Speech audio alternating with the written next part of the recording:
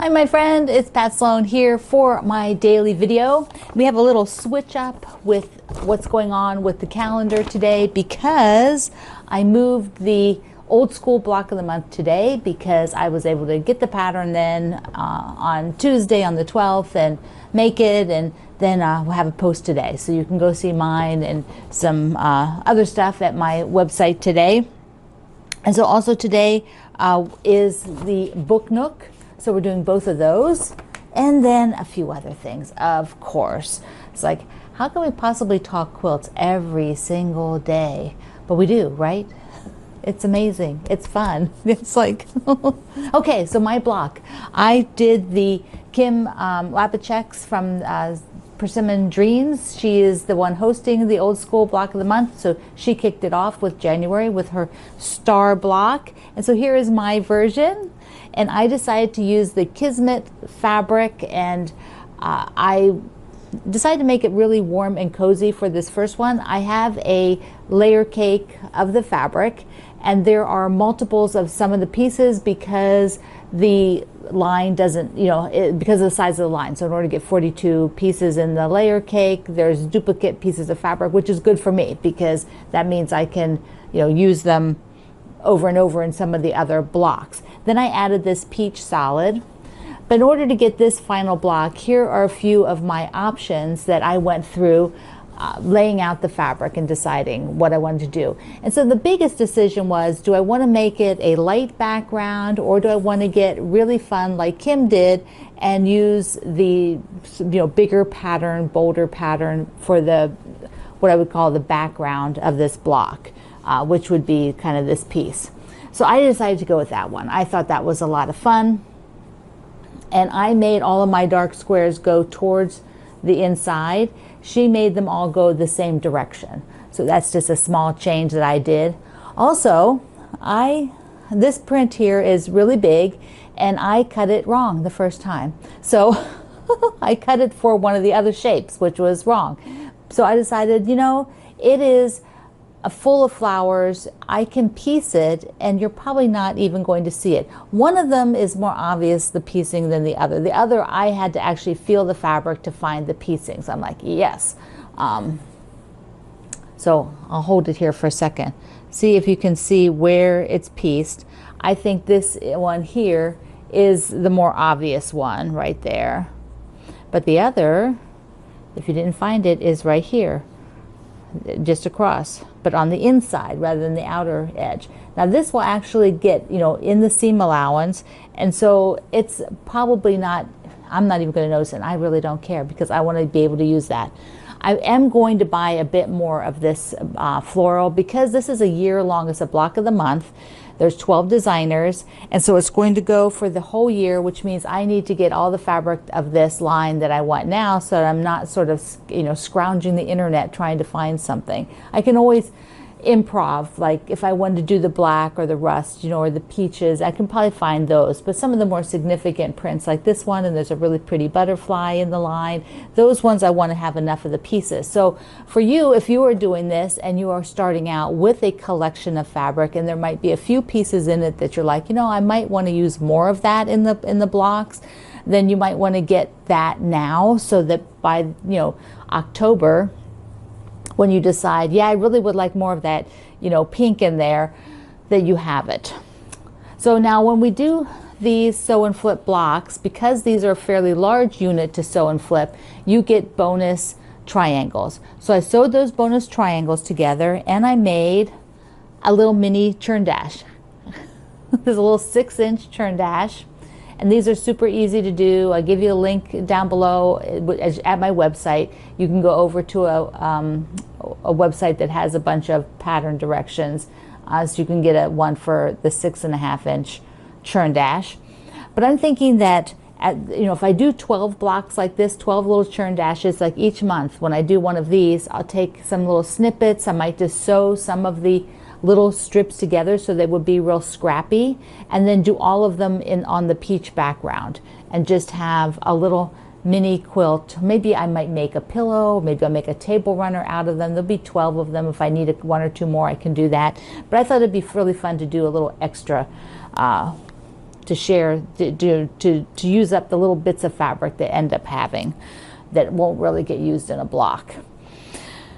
I always make more work for myself, don't I?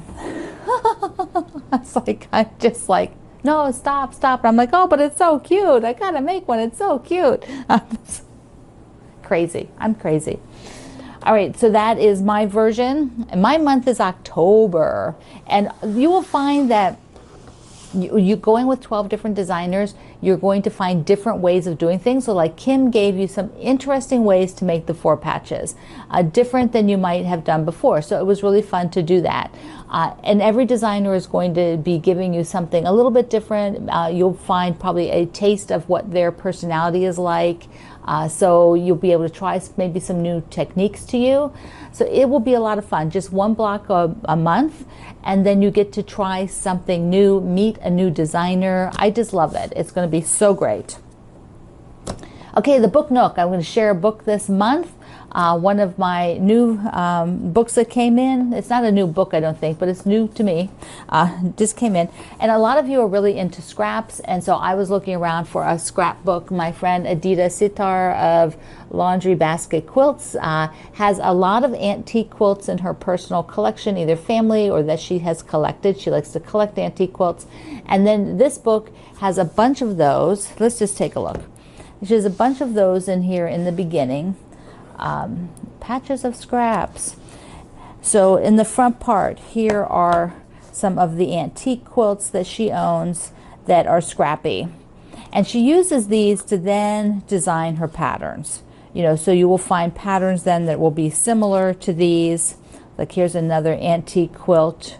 I mean, antique quilts are, I just love them. They're so amazing. Look at this one with all of these little, the colorations. I mean, so, you know, just staring at them and getting interested in how they are made. Look at the pinks there. So then she has, you know, patterns using these.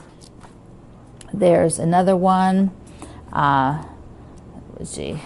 Let me just get. There's see, tons and tons of fun patterns, easy things to do up scraps. The one I like is this one. I'm just fascinated by that one. That's an angled piece, and so you're basically sewing units and then cutting them on angle and then sewing the next strip on angle. So they're really quite interesting. This is spectacular. You know, the basket with the half Lone Stars in them, you know, which are a lot of work, and then add some applique. Let me just see if here's another cool one. So that has, look at that with the scraps. So there's lots and lots of fabrics in there. And if scraps are your thing, then Patches of Scraps is a great book. And I have one place that has it for a discount right now. So it's not always on discount, but right now it is. So I thought you might enjoy that. Get on over there. So I finished a top. I've got a new flimsy. This is the red and white that I've been sewing as I go along. So I have got it big enough. I do want to put a red, like a 1-inch rim around it, like out here. I'll put a 1-inch rim around the whole thing. So I do need to get outside and take a picture of it full, and then this is one I said I might do myself, but now I might just send it off to the spa and have them do it. So I am excited to have this one done. I have done maybe 4 of these now that are just squares, alternating a light and then a color. One was not a color. I did like all sort of soft greens and pinks and things like that. So you can do it any way you like. It doesn't have to be to color like that, but that is super scrappy, which I thought was just perfect to show you for the book nook today, a scrappy book that you might like. Now, because I have that done, means I need something to start and stop as I'm going. And I did show you this little bag I had with the tiny, tiny little stars in it. And it's been sitting there. And there it is. See the little stars? This was, you know, taking the points like I did for the churn dash, right? Taking the sew and flip corners, but these were smaller sew and flip corners. There's another one. And so they made much smaller. I think they're 1 inch. So I think these are 4.5-inch blocks. They're tiny, and I'm just like, right now I'm like, ugh. See, what I need is something that at about 9:30 at night, you know, for an hour or so, that I can just sew easily without having any kind of precision or thinking too much about it. And I think right now these are not, I'm not in the mood to do these. I'm not in the mood for the little tiny pieces to use to start and stop. So what I would like to do, I think, is the block from yesterday from Home Is. Our, you know, block is the warmest spot. So I'm thinking I will go ahead and cut a bunch of fabric up for these and make, what did I say, I think there's like 16 or something like that for the layout, or 3x4, 12, no, yeah, 16 blocks. So I have one. So I want to go through my blue fabrics because these are nice, easy rectangles. They're forgiving. It's a bigger block. I don't have to make that many then, and I have a quilt. I could do it with the sashing like the pattern, or I could do some other, you know, sashing option. I could put a border on it then, but I think that's what I'm going to do. Now these are bigger pieces than just doing squares. Like I normally keep the squares over here in the little basket. You know, I keep this filled. These I can do some of them, like if I cut them in advance, I could do the 2 patch here. I could get those 2 patches. I could do a basket full of just these strips. I mean, I could actually do a lot of cutting, and then I could have the things layered here. Or I could put them in the rolling assistant. So I could put them, you know, clear the top out of the one of those and have it laid in there so that I can make the blocks. But I really like that idea. That appeals to me because right now I just am not into making the tiny patchwork. Not into it. So I wanted to show you an elephant today. Ellie and Ellie. Or is this Ed? Because he's blue. Is he blue? He's Ed. But if he's blue and floral, he's Ellie. So there we go. One more of my elephant blocks. Let's see, what is today? We're close to the middle of the month. And so pretty soon I want to get some blocks up on the wall so that I can start sewing the elephants together, which also means I have to decide whether I want to do the layout of the pattern or whether I want to do one that's going to go over my bed. And I still can't decide. I still can't decide. That's why they haven't started sewing them together yet. I can't decide. So, all right, my friend.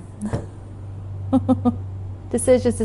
So one thing I did decide is I am going to know what my next evening project is, so I can, you know, cut things up and get that ready. I also need to get my cross stitch started for the little once a month one, so I need to work on that. Those are the 2 things that I have to kind of have as my relaxation projects. And then plus I still have the crochet, which is down here. I've been working on that. All right, my friend, have a fabulous day. I will see you tomorrow, and I will see you online. I love you. Mwah.